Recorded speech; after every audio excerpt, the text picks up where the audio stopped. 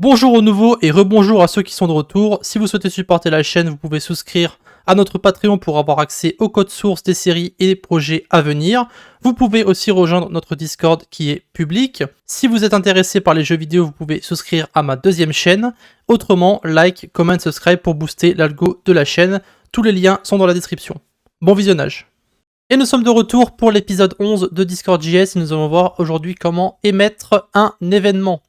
Ou plusieurs événements. Dans notre cas, ce sera l'événement Guild Member Add et Guild Member Remove.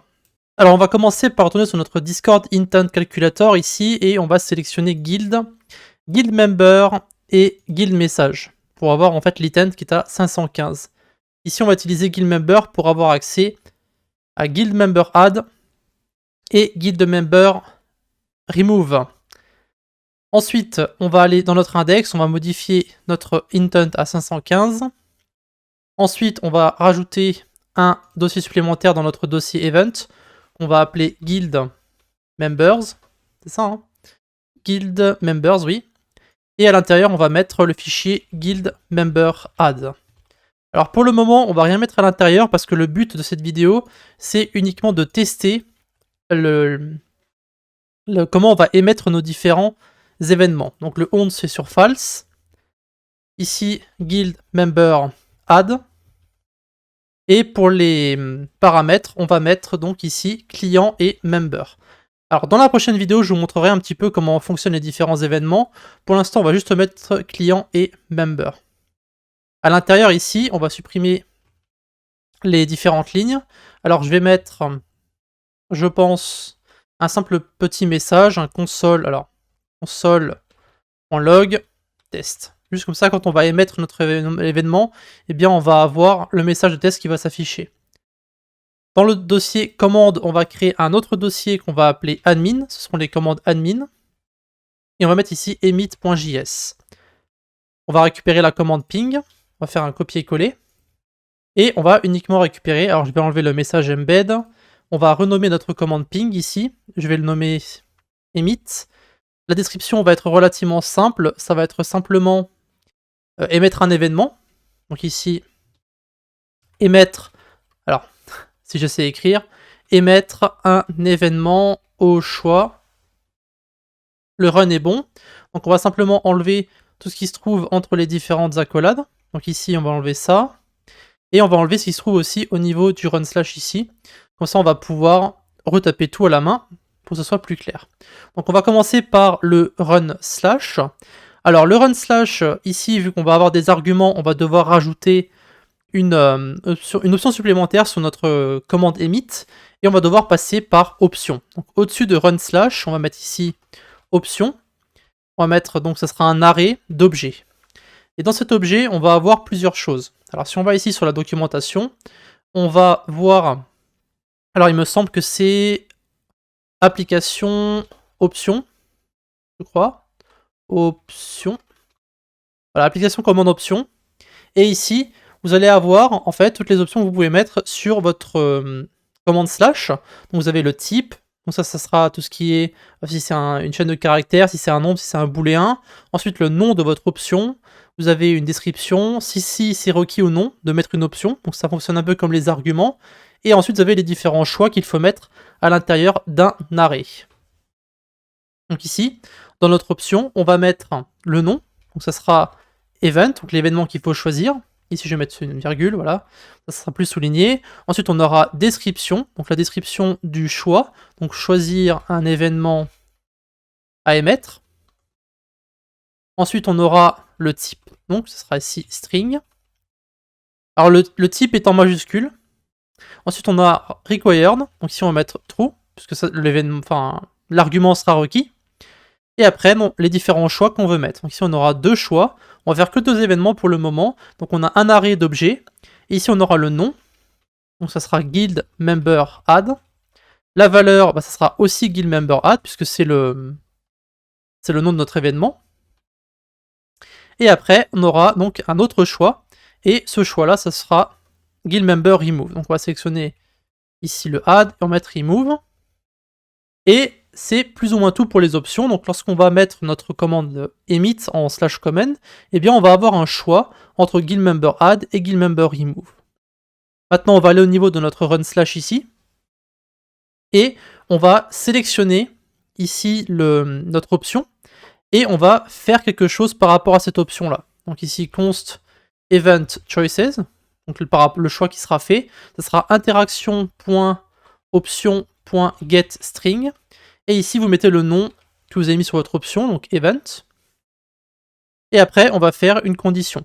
Alors il faut savoir que cette condition elle va être à la fois à ce niveau là, mais aussi sur le run qui sera en haut, donc vous pouvez faire une fonction avec ça, c'est à vous de voir. Moi, la raison pour laquelle je mets les deux façons de faire à chaque fois, c'est parce que je sais très bien qu'il y a des gens qui vont uniquement se focaliser sur les /commands, et je sais qu'il y a des gens qui vont uniquement se focaliser sur les commandes avec préfixe. Alors si j'ai un conseil à vous dire, c'est de vous focaliser uniquement sur les /commands, parce que Discord et Discord.js veulent mettre fin aux commandes avec préfixe.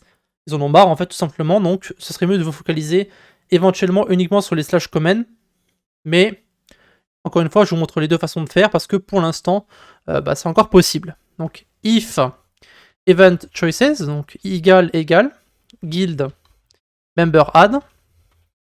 Ici on va avoir donc client.emit, on va donc emit guild member add, et ensuite on va devoir choisir le paramètre. Donc lorsqu'on va dans guild member add ici, on a ce paramètre là, et c'est celui-ci qu'on doit rentrer. Donc member sera en fait égal à interaction.member. Voilà. Et après vous pouvez mettre donc interaction.reply. Et ici on va mettre content.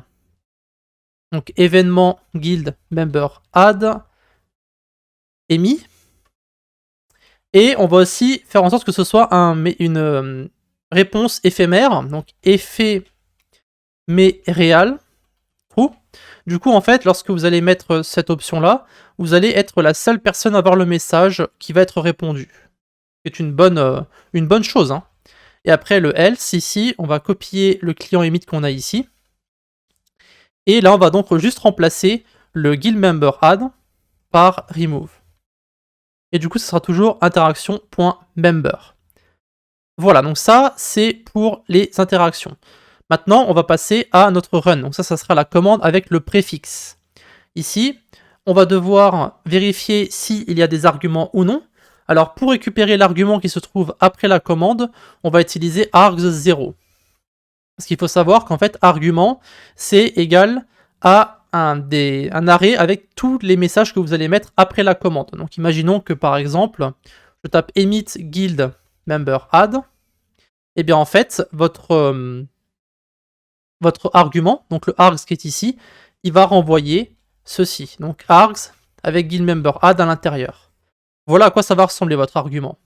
Donc nous, pour récupérer en fait cet argument-là, tout ce qu'on a besoin de faire, c'est args0. Comme ceci. Donc ce qu'on va faire, c'est qu'on va faire une vérification s'il y a un argument. Et on veut aussi faire en sorte que l'argument soit égal aux deux événements qu'on veut émettre. Et uniquement ces deux-là. Et pour faire ça, on va utiliser du regex. Vous allez voir, ça va être très simple. Si args0 ne matche pas, donc point match ici, alors ça sera /chapeau $/. Comme ceci.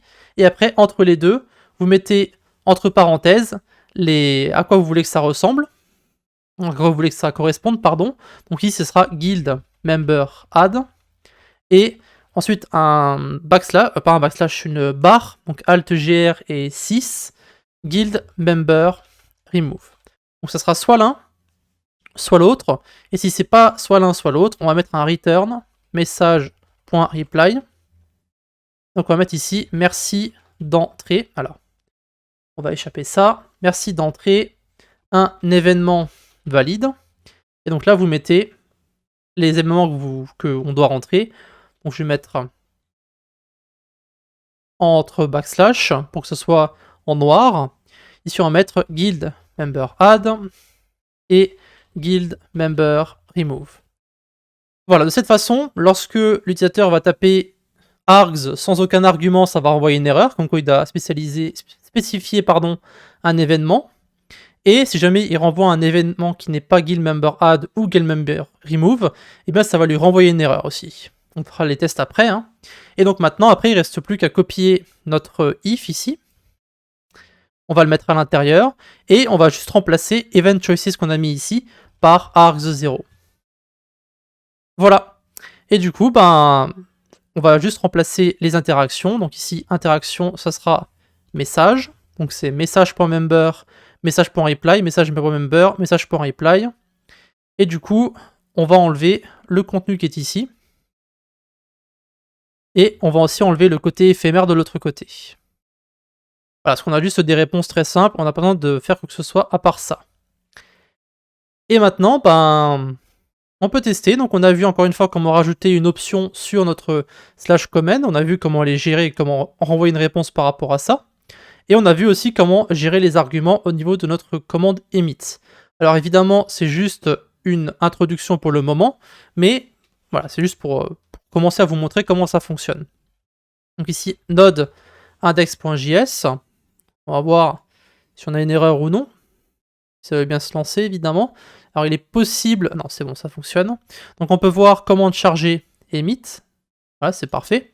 Donc je vais aller ici. On va commencer par faire /. On peut voir qu'on a bien notre emit ici. Donc je vais aller sur emit. Et vous pouvez voir que maintenant, on a deux options. Donc ici, il y a marqué choisir un événement à émettre. Et on peut donc émettre add ou remove. Donc je vais émettre add. On peut voir qu'il y a marqué event guild member add emi. Et du coup, si on va sur notre console ici, on a bien le test qui est renvoyé. Et le test, c'est le guild member add qu'on a mis ici. Et enfin, on va tester le emit avec le préfixe. Donc c'est emit, on va d'abord tester sans rien. On peut voir que ça va nous renvoyer merci d'entrer un événement valide, guild member add ou guild member remove. Et si je mets emit et que je mets du texte, du charabia, on peut voir que ça va aussi renvoyer l'erreur. Et du coup, si je fais emit guild member add, on peut voir que cette fois-ci, il y aura marqué event guild member add emi. Et si je vais sur ma console, on peut voir que l'événement est bien émis lui aussi. Voilà, donc on a vu comment émettre nos différents événements avec les slash et les non/command.